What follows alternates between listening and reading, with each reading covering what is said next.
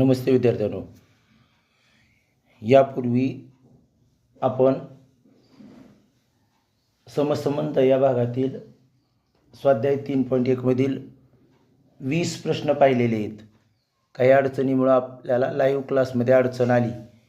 यापुढे आपण 21वा प्रश्न पाहणार आहोत. चला तर पाहूयात. प्रश्न क्रमांक 21 काय आहे बघा.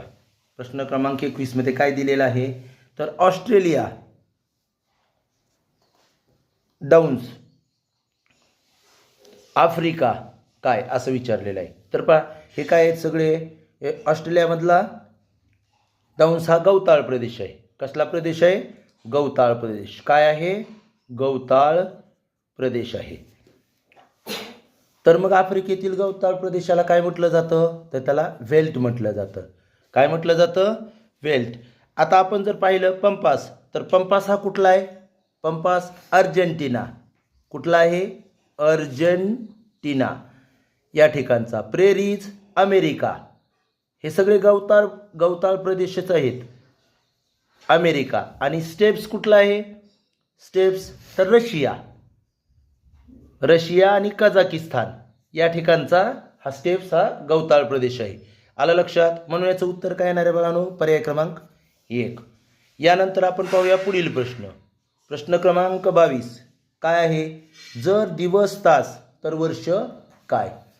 दिवस बघा, तुम्ही प्रत्येक प्रश्नाचं लाईव्ह चॅटमध्ये उत्तर पाठवायचं आहे. आता प्रश्न क्रमांक 22 वाचा आणि लगेच उत्तर पाठवा. दिवस तास तर वर्ष काय? बघा बरं, दिवस तासांचा मिळून बनतो. दिवसांमध्ये तास असतात. तास मिळून दिवस बनत असतो. 24 तास म्हणजे एक दिवस. तसं मग वर्ष कशाचं बनतं रे तर महिने. मग किती असतात महिने? 12. किती पण असू द्या पण वर्ष हे महिन्यांपासून बनतं. म्हणून 22व्या प्रश्नाचं उत्तर येणार आहे पर्याय क्रमांक 2. पर्याय क्रमांक 2. यानंतर आपण पाहूया पुढील प्रश्न. प्रश्न क्रमांक 23. आता 23वा प्रश्न पहा काय आहे ते. 23व्या प्रश्नामध्ये आपल्याला दिसेल मित्र शत्रू. तर प्राचीन प्रश्नचिन्ह. मित्र शत्रू हे कसले शब्द आहेत बाळांनो? विरुद्ध अर्थाचे शब्द आहेत. मित्र शत्रू. तर प्राचीन काय येईल त्याला? त्याचा विरुद्धार्थी शब्द कोणता आहे तर पर्याय क्रमांक 4 अर्वाचीन हा त्याचा विरुद्धार्थी शब्द आहे. आलं लक्षात? म्हणजे ज्यांनी उत्तर पर्याय क्रमांक 4 पाठवले त्यांचं बरोबर आहे. चला यानंतर आपण पाहूयात चैत्र. 24वा प्रश्न आहे चैत्र वैशाख तर भाद्रपद काय? आता मग आपल्याला लक्षात येईल मराठी महिने येते. तुम्ही मराठी महिने ओळीनं पाठ आहेत. तुम्हाला उत्तर तर पाठवाच. याचं उत्तर पाठवायचंच आहे. प्रत्येक प्रश्न चालू झाला की त्या प्रश्नाचं उत्तर तुम्ही पाठवायचं आहे पर्यायाच्या स्वरूपात आपण पाठवतो तसं. आता बघा मग चैत्र झाला की लगेच पुढचा महिना कोणता असतो? वैशाख. बरोबर आहे का? चैत्र वैशाख ज्येष्ठ आषाढ श्रावण भाद्रपद अश्विन कार्तिक मार्गशीर्ष पौष आणि पौष झाल्यावर माघ आणि पुन्हा फाल्गुन. मग चैत्र झाल्यावर वैशाख. तर भाद्रपद झाल्यावर काय येतो? अश्विन महिना येतो. कुठं आहे अश्विन? बघा पर्याय क्रमांक 2. ज्यांनी पाठवलंय त्यांचं उत्तर बरोबर आहे. त्यानंतर बघा पुढील प्रश्न. प्रश्न क्रमांक 25 बघा काय प्रश्न आहे. जर मधमाशी पोळे तर मुंगी विचारलंय आपल्याला. मुंगीला काय? तर बघा तुमच्या लक्षात येईल मधमाशी आणि पोळे यांच्यामध्ये काय संबंध आहे? मधमाशीचं घर असतं पोळे. बरोबर आहे का नाही? मग मुंगीचं घर काय असेल तुम्हाला लक्षात यायला पाहिजे. नक्कीच काय असतं रे? वारुळ. म्हणून पर्याय क्रमांक 3 हे या प्रश्नाचं उत्तर आहे. आलं लक्षात? आणि आणखी बघा बीळ कोणाचं घर असतं रे? बीळ साप उंदीर. बरोबर आहे की नाही? खोपा पक्ष्यांचा. आता खरं तर सर्वात चांगला खोपा कोणाचा असतो? सुगरण पक्ष्याचा आहे की नाही?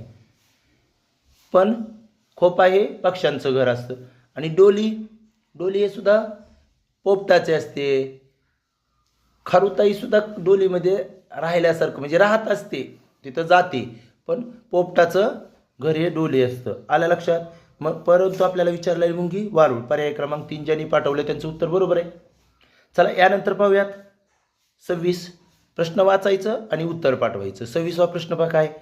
आंब्याच्या झाडांची राई तर बांबूचे काय. म्हणजे हा काय आहे, समूहदर्शक शब्द आहे की नाही. मग आंब्याच्या झाडे जर जास्त असतील तर आपण त्याला राई किंवा आमराई पण म्हणतो, आमराई असं सुद्धा म्हणतो. आंब्याच्या झाडांची काय असते, राई. तर बांबूंचे काय असते रे बाळांनो, बेट असतं. काय असतं, बांबूचे बेट. म्हणजे उत्तर काय येणार आहे, पर्याय क्रमांक 1. टोक नाही, जाळी नाही आणि संच नाही. जाळी कुणाची असते, करवंदाची जाळी असते, वाघाची जाळी असते, वाघाची सुद्धा म्हटलं जात आहे बघा जाळी. आणि संच हा कुणाचा असतो, पुस्तकाचा आणि उपकरणांचा.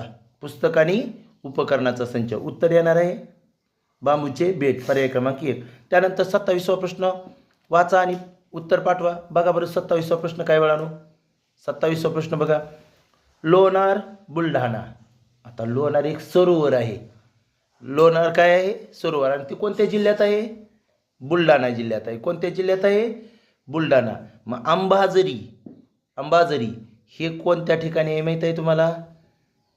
महाबळेश्वरला नाही, ते पुण्याला सुद्धा नाही आहे, कोल्हापूरला नाही. ते कुठं आहे माहिती आहे का, नागपूर. म्हणजे पर्याय क्रमांक 3 ज्यांनी उत्तर पाठवलं त्यांचं उत्तर बरोबर आहे. यानंतर आपण लगेच पाहूया 28वा प्रश्न. झाडे तर दगड डॅश डॅश. झाड काय आहे, झाड नाम तर आहेच, बरोबर आहे की नाही, सामान्य नाम. त्याचं अनेक वचन केलं आहे झाडे. तर मग आपल्याला दगडाचं सुद्धा अनेक वचनच करावं लागेल, समसंबंध असल्यामुळं. दगडाचं अनेक वचन, कोणी दगडे पाठवलं त्यांचं चुकलं. दगडे नसतं, दगडाचं अनेक वचन दगडच असतं. पर्याय क्रमांक 4 काय येणार आहे उत्तर, पर्याय क्रमांक 4. बऱ्याच जणांना वाटलं झाड झाडे मात्रा दिला, मग दगड दगडे, असं नाही होत. आलं लक्षात. यानंतर आपण प्रश्न पाहूया 29वा. काय आहे प्रश्न पहा. सत्यशोधक समाज महात्मा ज्योतिबा फुले तर भारत सेवक समाज. आता सत्यशोधक समाजाची स्थापना कोणी केलेली आहे बाळांनो, महात्मा ज्योतिबा फुले यांनी सत्यशोधक समाजाची स्थापना केलेली आहे. तर भारत सेवक समाजाची स्थापना कोणी केलेली आहे हे आपल्याला विचारलेलं आहे. मग ते काय येतं, तर गोपाळ कृष्ण गोखले. गोपाळ कृष्ण गोखले. पर्याय क्रमांक काय आलं पाहिजे, 4. कोणी पाठवलं 4, त्यांचं उत्तर बरोबर आहे, पर्याय क्रमांक 4. चुकलं तर काय हरकत नाही. आता लक्षात ठेवा, सत्यशोधक समाजाची स्थापना महात्मा ज्योतिबा फुले यांनी केली. तर भारत सेवक समाजाची स्थापना कोणी केलेली आहे, गोपाळ कृष्ण गोखले. हा प्रश्न लक्षात ठेवावा लागेल आपल्याला. चला त्यानंतर आपण पाहूयात पुढील प्रश्न. प्रश्न काय माहिती आहे, 31वा प्रश्न, 31 नाही 30वा प्रश्न. त्याचं उत्तर तुम्ही पाठवायचं आहे. 2 ऑक्टोबर लाल बहादूर शास्त्री यांचं काय आहे रे 2 ऑक्टोबरला, जयंती आहे बाळांनो. आणखी कोणाची जयंती आहे 2 ऑक्टोबरला, महात्मा गांधीजी आहे की नाही. मग महात्मा गांधी आणि लाल बहादूर शास्त्री यांची एकाच दिवशी जयंती आहे, हे लक्षात ठेवा बरं का. 2 ऑक्टोबरला कधी आहे, 2 ऑक्टोबरला. तर मग मला सांगा 14 एप्रिलला काय, म्हणजे इथं सुद्धा कोणाची तर जयंतीच असणार आहे 14 एप्रिलला. मग 14 एप्रिल तुम्हाला माहिती आहे कोणाची जयंती आहे रे, डॉक्टर बाबासाहेब आंबेडकर यांची जयंती आहे. म्हणून पर्याय क्रमांक 4 हे उत्तर येणार आहे. पंडित जवाहरलाल नेहरूची सुद्धा जयंती माहिती आहे तुम्हाला, बालदिन 14 नोव्हेंबर असतो, आहे की नाही. त्यानंतर 31वा प्रश्न वाचा, उत्तर पाठवा. लाईव्ह चॅटमध्ये उत्तर पाठवायला विसरायचंच नाही. हां, लिहिताना आता हा प्रीमियर व्हिडिओ असल्यामुळं तुम्हाला पुन्हा लिहिलं तरी चालेल, पण आता काळजीपूर्वक पाहायचं आहे. चला त्यानंतर 31वा प्रश्न. अपूर्वाई पु ल देशपांडे तर दक्षिण रंग प्रश्नचिन्ह. आता याचा जेव्हा आपण विचार करतो, लक्षात घ्या काय दिलेलं आहे आपल्याला इथं, तर अपूर्वाई पु ल देशपांडे, पुरुषोत्तम लक्ष्मण देशपांडे पूर्ण नाव, यांचा प्रवास वर्णनांचा ग्रंथ आहे. म्हणजे त्यांनी प्रवास वर्णन लिहिलेलं आहे त्याच्यामध्ये, अपूर्वाई. मग दक्षिण रंग कोणाचा प्रवास वर्णनाचा ग्रंथ आहे? प्रवास वर्णन म्हणजे प्रवास करताना लिहिलेलं. आलं लक्षात? मग ते मीना प्रभू यांचं आहे. कोणाचं आहे? दक्षिण रंग मीना प्रभू. म्हणजे या प्रश्नाचं उत्तर पर्याय क्रमांक 2. थोडंसं अवघड होतं तुमच्यासाठी, माहीत नाही. मग अशाच गोष्टी माहीत झाल्या पाहिजे आपल्याला. जेव्हा कोणालाच येत नाही आणि आपल्याला येतं तेव्हाच मार्क वाढते. सगळ्याला येतं ते आपल्याला येऊन सगळ्यासारखीच मार्क पडतील ना. मग थोडंसं सगळ्यापेक्षा वेगळं काहीतरी करायला पाहिजे आपण. चला त्यानंतर आपण 32वा प्रश्न पाहूया. हात बांगड्या तर नाक प्रश्नचिन्ह. आता बघा बरं, हात आणि बांगड्याचा काय संबंध आहे? हातात काय घातल्या जातात? बांगड्या. आहे का नाही? मुलींना छान माहीत आहे. हां, मुलं सुद्धा घालतात का? काचेचे नाहीत घालत, काहीतरी घालतात. आहे की नाही? कडं काहीतरी म्हणल्यासारखं. पण बांगड्या स्त्रिया घालतात. हातात बांगड्या घातल्या जातात. मग नाकात काय घातलं जातं? नाकात काय? मग अलंकारच पाहिजे. नाकानं वास घेतो म्हणून वास लिहिणार का तुम्ही? नाही, कारण संबंध काय? हातामध्ये बांगड्या हा अलंकार काय असेल ते दागिना घातला जातो. काचेचा असेल, अगं सोन्याचा असेल, काय करायचं, पण हातातच घातला जातो ना. तसं नथ मग कशाची पण असेल, नकली असेल किंवा सोन्याची असेल, कुठं घातली जाते? नाक. आहे की नाही? मग नाकामध्ये नथ घातली जाते. म्हणून पर्याय क्रमांक काय येणार आहे? 3. ज्यांनी 3 उत्तर पाठवले का त्यांचं उत्तर बरोबर आहे. चला यानंतर बघूया आपण 33. सोपाच प्रश्न आहे आणखी 33. मोर जर मोर लांडोर. मोर आणि लांडोरमध्ये लगेच लक्षात आलं विरुद्ध लिंगी शब्द आहेत. आहे की नाही? मोर पुल्लिंग आहे तर लांडोर स्त्रीलिंग आहे. तर शुक, आता शुकला प्रश्नचिन्ह विचारलंय, प्रश्नचिन्ह दिलेलं आहे. उत्तर पाठवा बरं विचार करून. सारिका, शुकीन, रावा का पोपट? तर नीट लक्षात घ्या, शुक म्हणजे काय असतं बाळांनो? पोपट. काय असतो? पोपट. तर शुकची स्त्रीलिंगी शब्द किंवा पोपटाचा स्त्रीलिंग शब्द काय आहे? तर सारिका आहे. हे बघा, पोपट जर दिला असतं का नाही तुम्हाला, पोपट, तर त्याचा स्त्रीलिंगी शब्द काय लिहावा लागला असता माहिती आहे का आपल्याला? मैना. पोपट मैना. पोपट मैना. आता इथं मैना बी दिला असतं तर आलं असतं ना आपलं, पण कुठं दिलंय मैना? नाही ना दिलं. मग आपल्याला काय दिलंय? सारिका. सारिका म्हणजेच मैना.